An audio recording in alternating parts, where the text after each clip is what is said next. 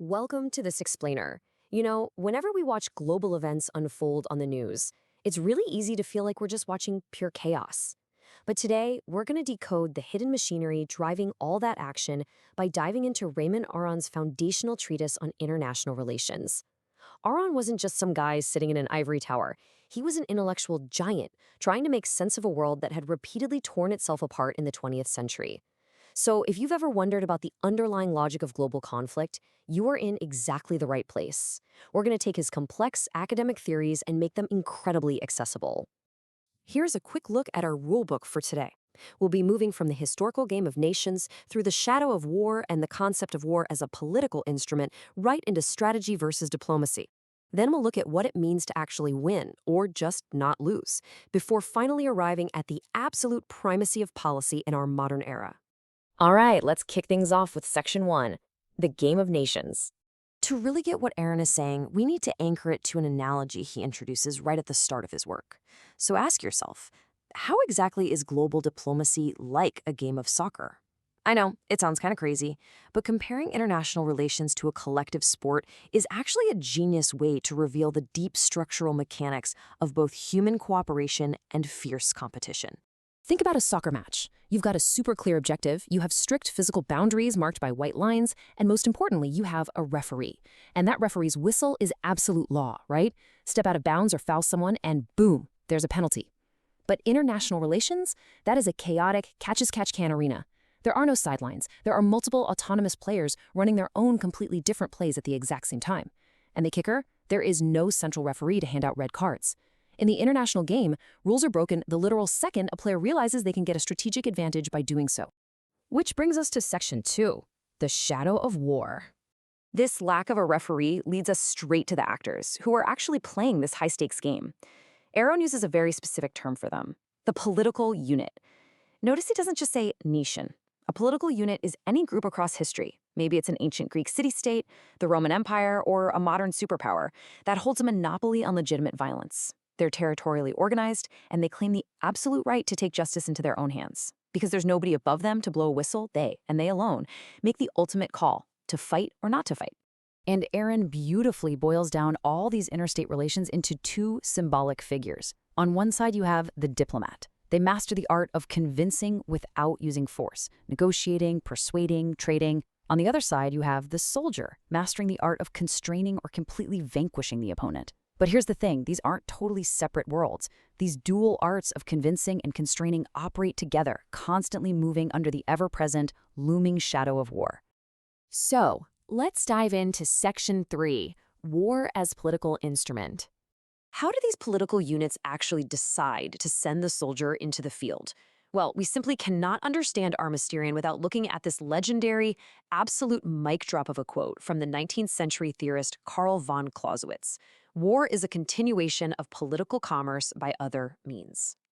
What you really need to take away from this is that military victory is never an end in itself. Never. It is strictly a tool of policy. The dialogue between nations doesn't just magically stop when the guns start firing. The conversation just takes a much more violent form. Aron uses Clausewitz to untangle theoretical nightmares from actual historical reality.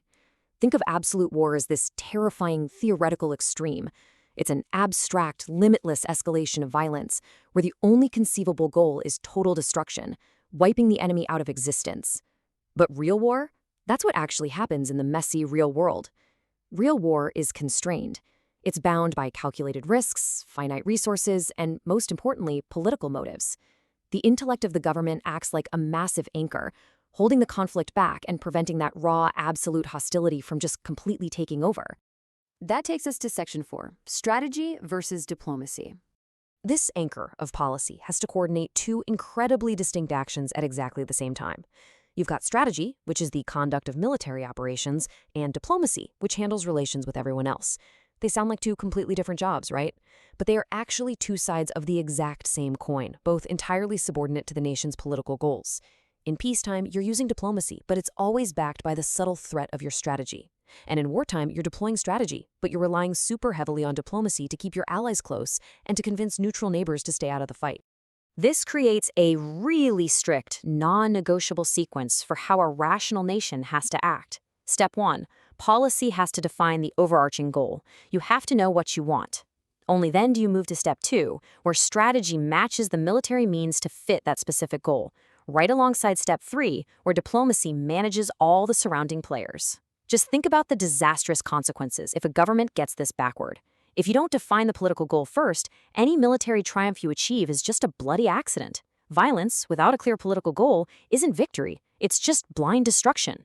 Let's move into section 5, to win or not lose. So what happens when nations wake up and realize they simply don't have the military power to achieve total dominance? They have to make a hard choice. History shows us how wildly strategy shifts based on what policy demands. Take the 7 Years' War in 1756. Frederick the Great knew for a fact he couldn't conquer the massive European empires surrounding him. So his strategy? Simply not losing. He used a grueling campaign of attrition just to survive until a compromise could be reached. Contrast that with 1945. FDR's political goal was the total, absolute annihilation of the Axis powers, unconditional surrender to reshape the world. But then, fast forward just 5 years to 1950. The atom bomb completely rewrote the rules. President Truman had to shift back to a politically limited war in Korea, prioritizing containment to avoid a global nuclear apocalypse. The strategy literally changes based on the political objective. This dynamic also perfectly explains something that can seem really baffling: how massive colonial powers end up losing modern subversive wars. It all comes down to an asymmetry of will. The rebels on the ground might not have tanks or planes, but they have passionate existential determination. The colonizing state has overwhelming military superiority, sure, but eventually their public just gets exhausted by the massive financial and moral drain. So the rebels actually achieve political victories simply by surviving, by just not losing. In these kinds of conflicts, the side that only needs to not lose holds an overwhelming psychological advantage over a massive state that is forced to try and win totally. And finally, Section 6, the primacy of policy. Taking all these dynamics of strategy, will, and restraint, we have to apply them to our modern atomic age. War must harmonize entirely with policy. Diplomacy and strategy are interlocking puzzle pieces, and history gives us a really terrifying warning of what happens when we yield complete control to automatic military mechanisms. Think back to World War I. You have these incredibly rigid alliances and super strict train mobilization timetables that literally overrode political deliberation. The military machinery kicked into gear so incredibly fast that the politicians couldn't reach the brake pedal. It was a catastrophic escalation born purely of machinery overriding policy. Today, the stakes are almost unimaginably higher. We're dealing with a terrifying mix of atomic and conventional weapons. Nations are constantly struggling to balance their own distinct interests against the massive demands of their military alliances. But the most chilling threat of all is the danger of automated, rapid retaliation systems. Because electronic retaliation moves at literal lightning speed, our policy has to be rigorously defined right now, in peacetime.